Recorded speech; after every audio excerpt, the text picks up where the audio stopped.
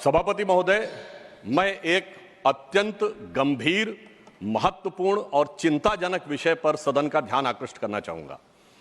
जब से भारत श्री नरेंद्र मोदी जी के नेतृत्व में एक उभरती हुई सामरिक, आर्थिक और कूटनीतिक शक्ति बनकर उभरा है, तब से यह बहुत सहज रूप से देखा जाने लगा है, विशेषकर विगत 3 वर्षों से, जब से भारत को विकसित भारत बनाने का लक्ष्य रखा गया है, कि विदेश की बहुत सी ऐसी गतिविधियां हैं जो भारत की व्यवस्था के आर्थिक पक्ष, भारत की व्यवस्था के नैतिक पक्ष, सामाजिक पक्ष पर आक्रमण कर रही हैं। इस संदर्भ में एक रिसेंट जानकारी आई है जिसे हम कह सकते हैं organized crime and corruption reporting project.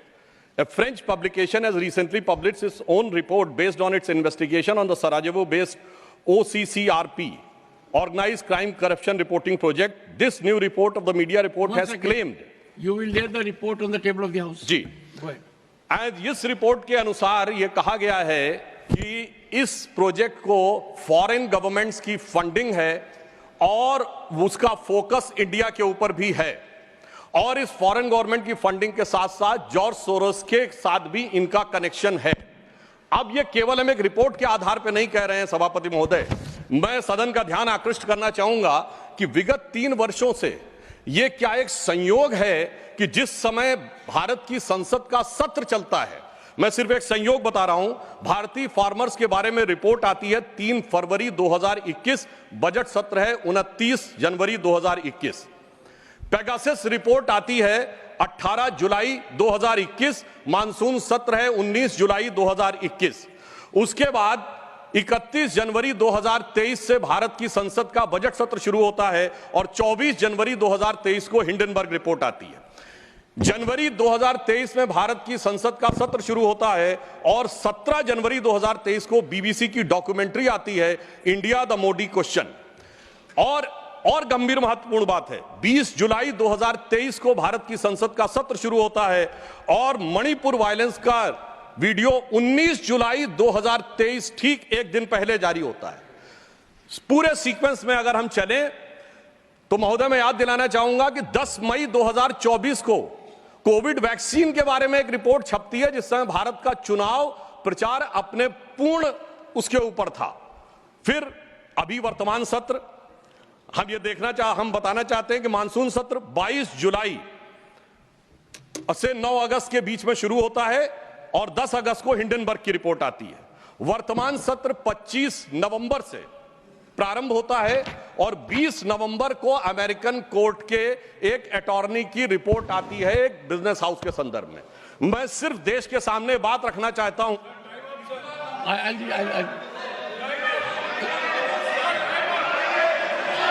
Honorable members, this is honorable members.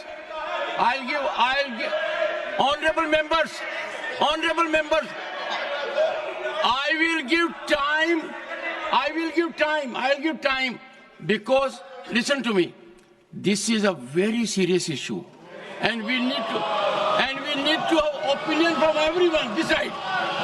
We cannot allow largest democracy to be made dysfunctional by deep state anywhere else. This house should be united in neutralizing any trend, any initiative that is pernicious, dangerous to our sovereignty. I allow Sudhanshu Trivedi to continue. मैं सिर्फ ये बताना चाहता हूं कि विगत चुनाव भारत के राजनीतिक इतिहास के एकमात्र चुनाव थे जब विदेश में कोई रिपोर्ट नहीं, मैं विपक्ष सदस्यों से कहना चाहता हूं, रिपोर्ट नहीं, भारत के इतिहास का एकमात्र चुनाव था जब विदेश की एक गवर्नमेंट ने, रशियन गवर्नमेंट ने ऑफिशियल स्टेटमेंट दिया कि भारत के चुनावों में विदेशी हस्तक्षेप हो रहा है। ऐसा भारत के इतिहास में कभी नहीं हुआ और इसके बाद दूसरी सरकार के द्वारा उसका खंडन किया गया।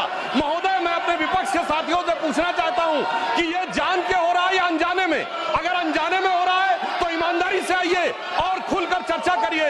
यदि जान के हो रहा है तो मैं अनुरोध करना चाहूंगा कि इसके ऊपर गहन जांच होनी चाहिए, क्योंकि निरंतर सभापति महोदय, मैंने कोई घटना कोट नहीं की है, मैंने केवल एक रिपोर्ट कोट नहीं की है, मैंने 3 वर्षों का सीक्वेंस दिया है और जो सदन में बैठा हुआ हर व्यक्ति इसके साथ अपने साथ बिल्कुल साफ साफ उसे देख सकता है।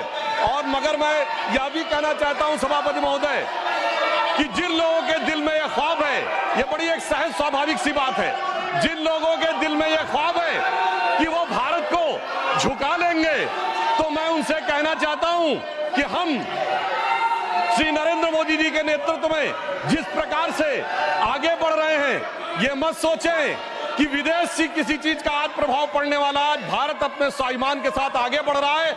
मैं उन लोगों के लिए कहना चाहूंगा, सर, जो विदेश में जाकर यह विचार करते हैं, जो कहते हैं डिफेंडर्स ऑफ डेमोक्रेसी यहां क्यों नहीं कर रहे हैं?